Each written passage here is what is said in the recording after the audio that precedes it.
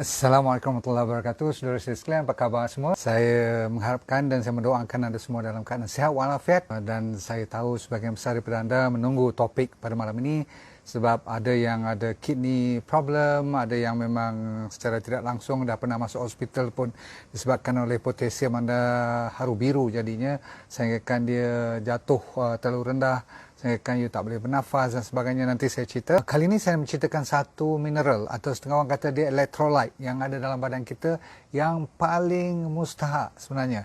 Dalam semua mineral, setengah orang kata kalau you teka mungkin anda kata sodium ke kalsium ke magnesium ke, kan, setengah orang kata vitamin-vitamin lain dan sebagainya. Tapi ada satu pada malam ini saya keluarkan sebab ramai yang dah tanya. Tak patut kalau saya tak pay attention untuk topik ini, dinamakan potasium. Dan potasium adalah salah satu daripada mineral ataupun setengah orang kata electrolyte, tak apa, tak jadi hal. Dan ada sebab kenapa dia orang panggil electrolyte pun, adalah yang paling banyak dalam badan kita. Dia jatuh pada nombor 3.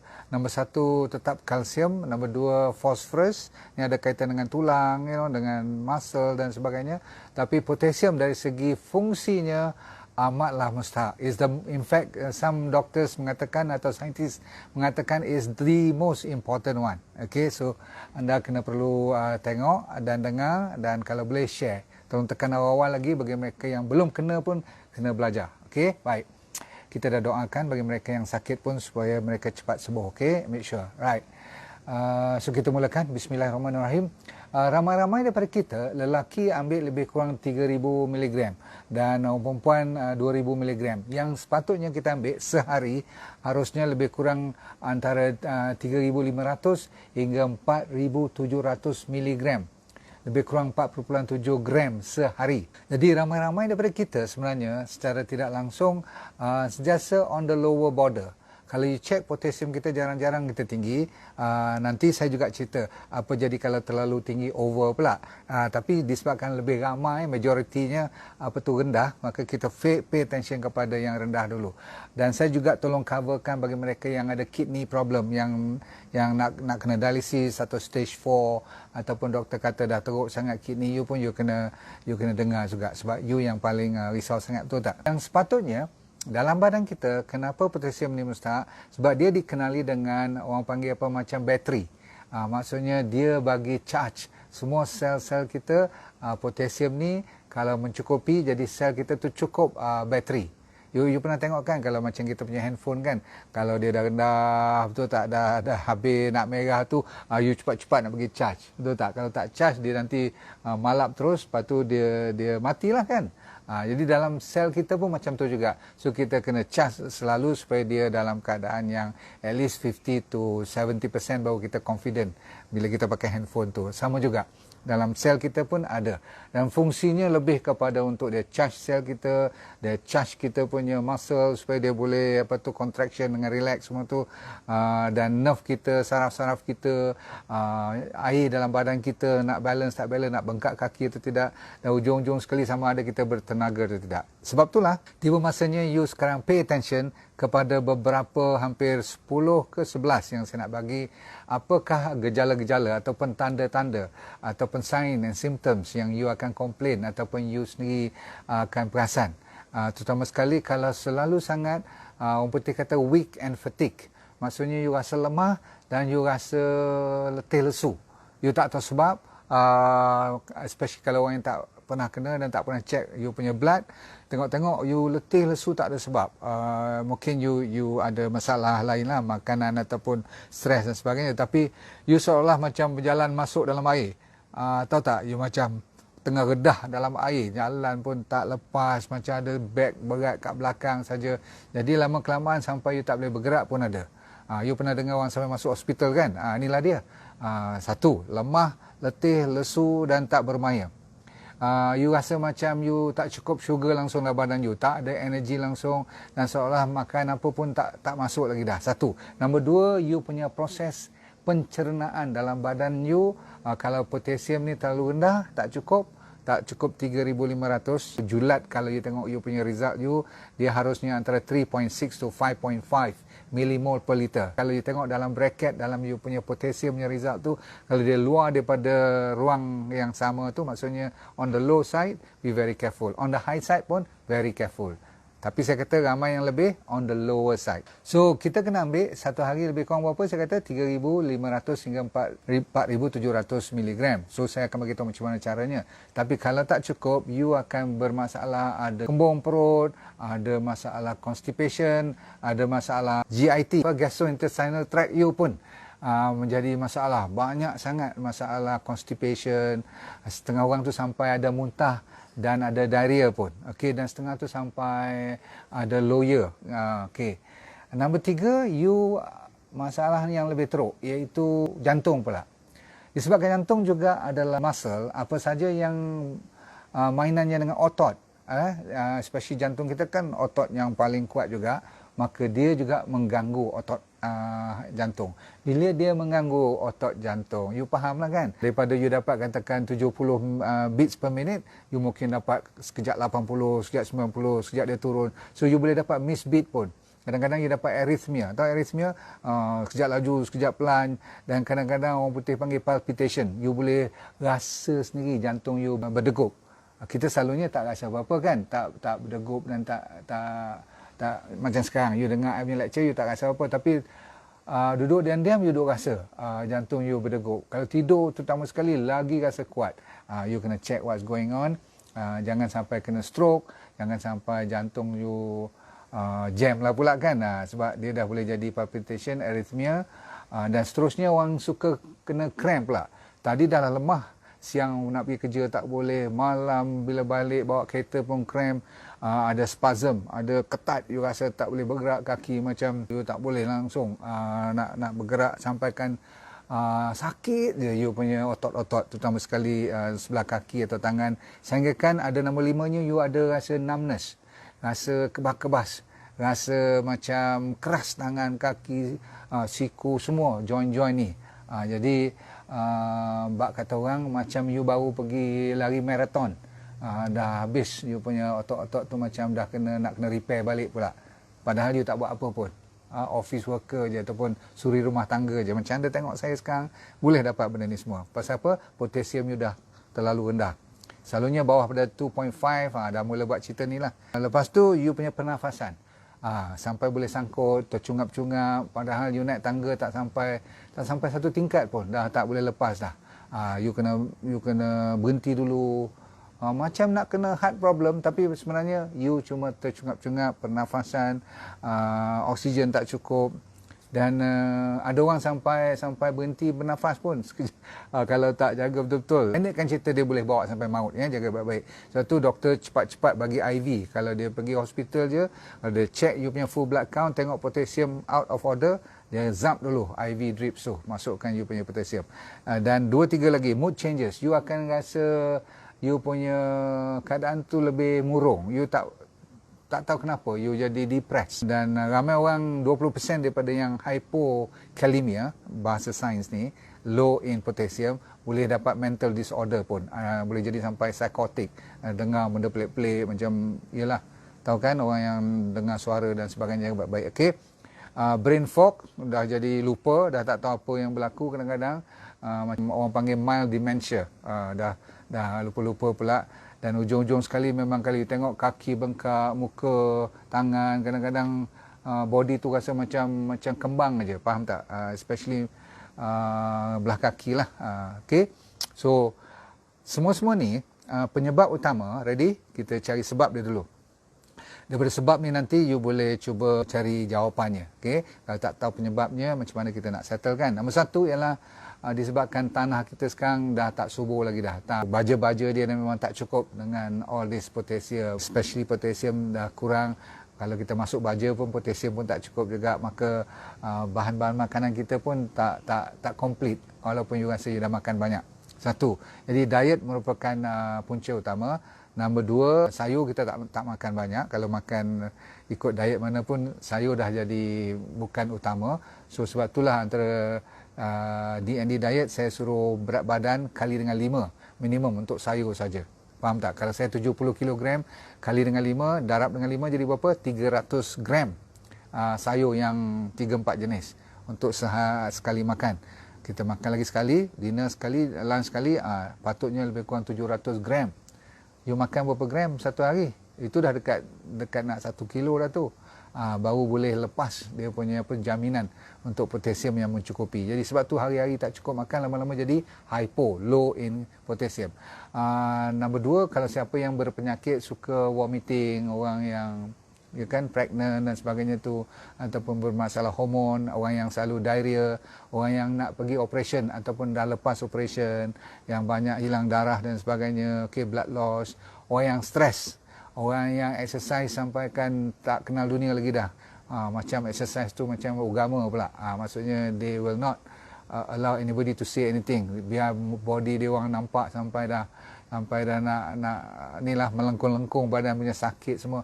Dia tak mau berhenti juga. Pasal apa? Dia kata dia nak lari marathon sekurang-kurangnya 2 kali sebulan. Okey.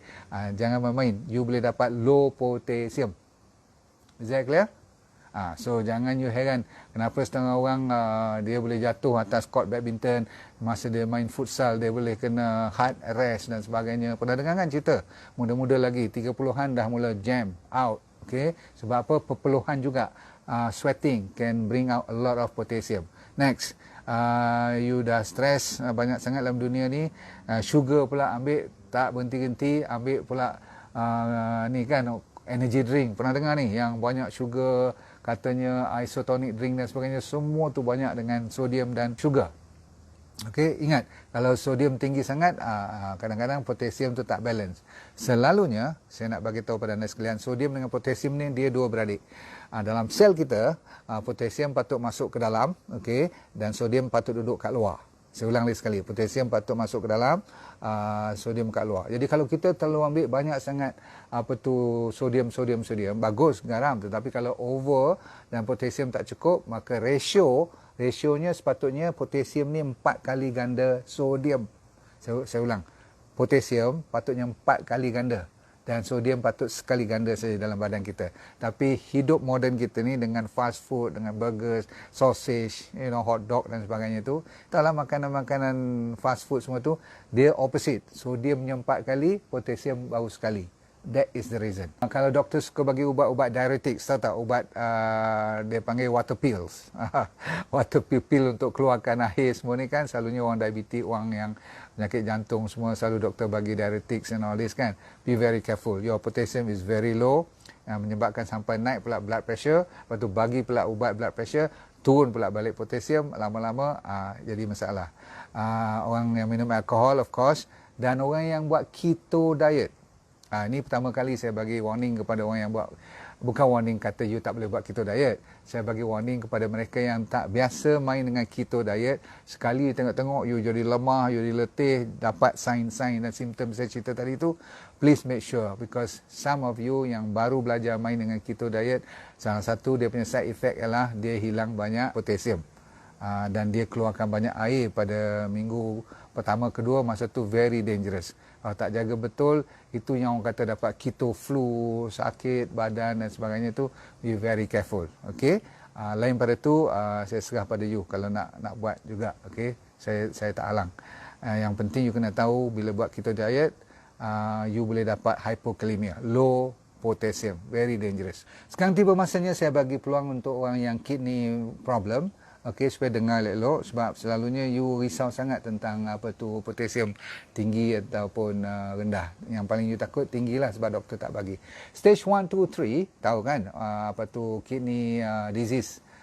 Yang orang kata chronic kidney disease tu ada stage 1, stage 2, stage 3. 1, 2, 3, 1, 2 especially is considered normal. You jangan risau sangat, dia dah mula buat perangai bila stage 3. Bila stage 3 tu, you punya GFR kalau you tengok bawah pada 60, you patut dah mula risau lah kan. Kalau bawah pada 50, dah nak masuk stage 3, 40 ke bawah. Bila 15 ke bawah, dah kena dialisis. Tahu kan? So 1, 2, 3, kalau boleh, apa saja makanan saya bagi malam ni, buah-buahan atau bijirin atau sayuran, you masih boleh. Tetapi bila you stage 4, stage 5, you kena stop taking ataupun kurangkan. apa yang saya nak bagi tahu ujung pada program malam ini. So pay attention first. Biar saya habiskan dulu. Lagi sekali, stage 1, stage 2, stage 3 untuk CKD, kidney failure, yang selalunya ada kaitan dengan penyakit diabetes. Selalunya ramai orang ada diabetes dan you sentiasa didampingi dengan penyakit high blood pun. Sebab ubat untuk high blood dan diabetes ni dia macam twin, dia tak boleh berenggang. Satu dah makan, nak kena makan satu lagi. Lepas tu ubat kolesterol pula lagi. Lepas tu datang pula penyakit satu lagi namanya heart disease. Yang ni yang disebabkan orang meninggal disebabkan oleh heart attack. Yang asalnya daripada diabetes, high blood, lepas tu turun ke kidney. Baik, bila kidney jadi stage 4, you kena kurangkan potasium. Stage 5 langsung kena jaga betul-betul potasium punya result dia. Okay? Jangan lebih daripada 5.5. Selalunya kalau 6 tu, doktor dah bagi ubat lain. Bagi ubat lain bukan nak naikkan potasium, nak bagi kurangkan potasium. Sebab bila you dah ada kidney problem, you tak boleh tapis elok, jadi potasium tu tersimpan, jadi dia naik. Kita tak nak dia naik tinggi-tinggi. Sebab kadang-kadang doktor bagi kat you ubat seperti adalah nama-nama seperti ACE inhibitors, beta blockers, ni kan semua ni ubat darah tinggi, ubat-ubat apa saya kata tadi, ubat kolesterol, ubat diabetes, ubat-ubat ni saja boleh menyebabkan you punya kidney jadi problem, dan bila kidney problem tak boleh tapis, potasium naik. Bila potasium naik, jadilah cerita tadi tu. Ingat tak? Yang jantung lah, yang bernafas tak boleh lah, jadi lemah dan sebagainya. So, masuk hospital, doktor betulkan balik, wah macam magic. Lusa dah discharge. 2 bulan lagi jadi lagi. Okey. So kena hati-hati. Siapa yang makan ubat NSAID, non-steroidal anti-inflammatory drug tu untuk ubat painkiller, ataupun siapa yang pergi buat transplant kidney ni, kan ada orang buat transplant. Transplant pun kena ada ubat-ubat yang boleh menaikkan balik potasium you. Orang yang suka ambil antibiotik, bila bakteria dah tak boleh hidup lagi dah, dia pun boleh menyebabkan potasium you tinggi. Lepas tu ubat, saya kata tadi, ubat diabetik pun boleh. Doktor selalu akan bagi nak hilangkan, kurangkan you punya potasium, dia bagi balik diuretik juga, ubat water pill tadi nak hilangkan. Okey, ataupun dia bagi baking soda. Okey, ataupun ada satu nama kampungnya orang panggil binder, dia bind you punya potasium supaya boleh tarik keluar. Itu ubat Dan kalau tak baik juga, dia kena bagi dialisis kat you. Ni orang yang tak kena dialisis pun kena dialisis juga. Sebab apa? Itu salah satu cara untuk mencuci you punya potasium. Dan kita tutup cerita pada malam ni dengan apa jenis makanan untuk meningkatkan. Jadi siapa yang ada stage 4, stage 5, you kena hati-hati dengan list yang saya bagi ni. Cuba ketepikan yang saya bagi ni. Okay? Sebab dia tinggi dengan potasium. Tetapi majoriti kita yang masuk hospital emergency selalu, ada adik-beradik saya pun tahu-tahu dengar-dengar dah emergency masuk, padahal baru jumpa 2 hari lepas. Okey, tengok-tengok apa, dia punya potassium very low again. So pilih tukar-tukar setiap hari. Number 1, Malaysia have no problem. Potato dengan kulitnya. Ubi kentang dengan kulitnya sekali. Bakar, jangan goreng, jangan buat banyak-banyak gulai apa sangat. Bakar dia, bake potato. Lepas tu you makan dengan kulit dia sekali. Okey, nak bubur garam bukit sikit no problem, nak tabur-tabur sikit herba ke pepper ke nak bagi sedap, no problem. Okey, itu nombor 1, one of the best. Nombor seterusnya ialah sweet potato pula. Potato jangan main-main, nampak je saya cerita dulu macam kampung, tapi untuk potassium is one of the best. Ubi keledek, okey, boleh. Nombor 3 seterusnya ialah yam. Yam tu keladi. Semua ni tinggi potassium. Beet greens. Beet punya top. Beetroot kan dia ada sayur dia. Dia punya batang atas tu dengan dia punya lembaran dia tu, kepingan sayur dia tu. Jadi sayur tu yang lebih banyak potassium daripada beetroot itself. Seterusnya beetroot itself tu pun boleh. Jadi beet yang top sekali, green dia tu, yang hijau kat atas tu is one of the best, one of the highest untuk kita dapatkan balik potasium kita. Okey, so sayur boleh buat, nak buat sup ke apa, you nak buat salad, no problem. Avocado, semua orang tahu kan avocado terkenal dengan potasium. Silakan, setengah biji cukup. Sekali makan, 2 kali makan, dah boleh cover. At least dengan 1-2 lagi jenis sayur, you dah boleh cover untuk sehari punya requirement. Spinach tu bayam, no problem. Nak bayam kampung ke, bayam import ke, bayam Brazil ke, asalkan bayam bagi saya one of the best. Okay, Ingat, apa yang saya cerita ni bukan dia bagi potasium saja. Banyak lagi vitamin, mineral dan bahan-bahan terbaik lain. Enzim semua. Cuma kan kita fokus kepada potasium. 5 bin. Amat terkenal among the top 5. 5 bin. You tengok white bean, all the beans. Lepas tu ada red kidney beans. All the beans. Boleh. Ya. Dan tinggi pula tu potasium. Cuma kalau you ada kidney failure, you kena tolak ke tepi benda ni semua. Lepas tu ada satu lagi nama pinto beans. Mungkin orang Malaysia lebih kenal dengan chickpeas, kacang kuda, kan, lentils, kacang dal. Okay, lentils, very good. Then coconut water once again. So acap-acap kali tu kalau dahaga, amalkan coconut water, kelapa muda punya air tu. Jadi kalau kat rumah tu siapa tanam pokok kelapa tu, untunglah you, okay, dengan isi-isinya sekali. Tapi yang banyak potasium dalam air kelapa muda. Fantastic. Shiitake mushroom, cendawan, dried dates, kurma boleh. Okay, kurma boleh. Okay, Brussels sprouts, tahu kan Brussels sprouts? Parsnip. You pergi ke supermarket besar-besar tu adalah parsnip. Tapi green peas, kacang peas yang hijau tu. Lepas tu black beans boleh. Almond, pernah dengar? Of course lah you pernah dengar almond kan? So almond boleh. You nak buat cara roasted pun boleh, nak buat blended pun boleh. Orange boleh. Ni dah mula bawah lah. Dia tak berapa tinggi potasium, tapi ada lagi potasium dia. Carrot, boleh carrot. Okay, dalam setengah cawan pun cukup sekali makan, ataupun 2 kali makan satu hari. Carrot tu. Dan last kali, kalau you tak ada apa kat rumah lagi dah, ada oat. Tahu oat cereal. Bukan cereal yang modern tu, yang ada gula tu, jangan langsung. Oat yang dia panggil oat roll semua tu. You campur dengan you punya almond milk, ataupun rice milk, ataupun soya milk, ataupun santan pun tak apa. Okey. Nasihatkan anda sekalian, pada hari Ahad depan ni, siapa yang ikut program saya, tolong siapkan medical report you, sebab saya akan ajar you macam mana nak kenal, supaya you tahu status kesihatan you. Tak tengok macam tikus tengok dinding je kan. I nak ajar you sampai you faham basic. Kenapa hemoglobin macam ni, kenapa macam potasium ni kan, you tengok result you, oh kenapa rendah, kenapa tinggi, supaya you boleh pandai sendirilah yang basic. Dan saya akan ajar sampai tumor marker pun. Kalau you kena cancer of the breast, you nak kena pergi cari result yang apa, prostate, PSA-nya berapa. So hari Ahad ni pukul 10 sediakan result you untuk mereka yang jadi student saya. Yang lain kalau nak join sila, masih saya benarkan. No harm done. Tidak terlambat untuk belajar ilmu, sebab saya akan bagi video-video yang lepas untuk you tengok dan you sambung dengan saya minggu yang dah keempat. Okey. Yang lain, bagi mereka yang sudi order, saya ada promosi, masih ada lagi 2-3 hari ni last. Sila ambil kesempatan di hujung tahun ni last promosi insya-Allah. Macam mana nak join, sila check dengan admin kita, ataupun check dengan partner kita.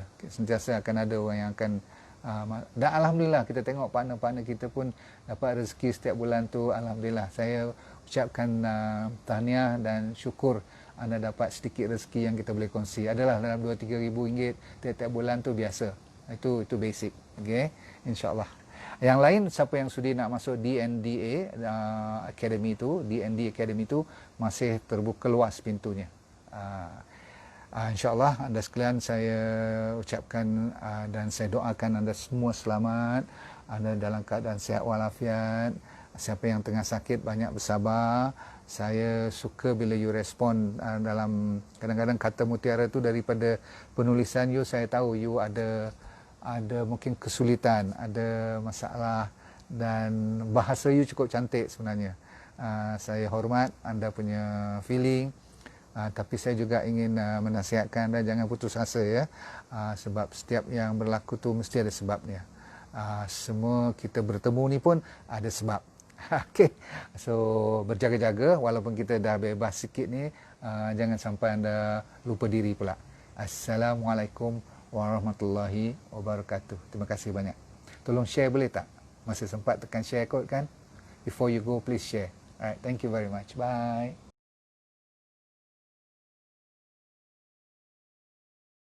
Assalamualaikum warahmatullahi wabarakatuh. Nama saya Dr. Nurdin Darus. Dulu pernah bekerja di Majlis Sukan Negara, Jabatan Psikiatri di University Hospital, dan lepas tu saya buat corporate program.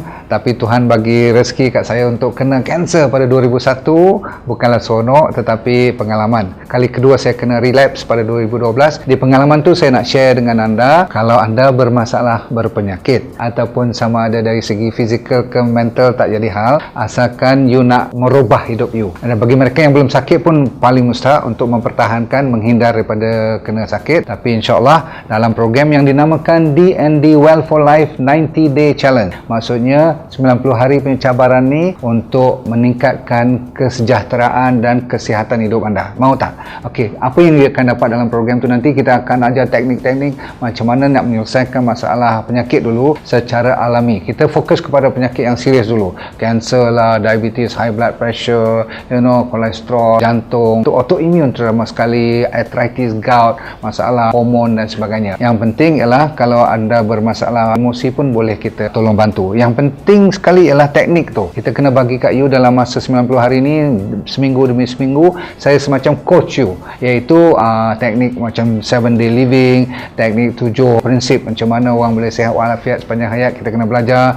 Orang Okinawa daripada Jepun, apa yang dimaksudkan dengan ikigai, saya akan ajar juga macam mana nak cari hala tujuan hidup. Ramai orang stres sangat sekarang ni, dan kita sediakan doktor-doktor juga untuk bersama bantu you supaya kita semua boleh sama membantu menjadi sihat walafiat, merubah daripada sekarang kepada benda-benda ataupun ilmu yang baru untuk menyihatkan body secara mental dan fizikal.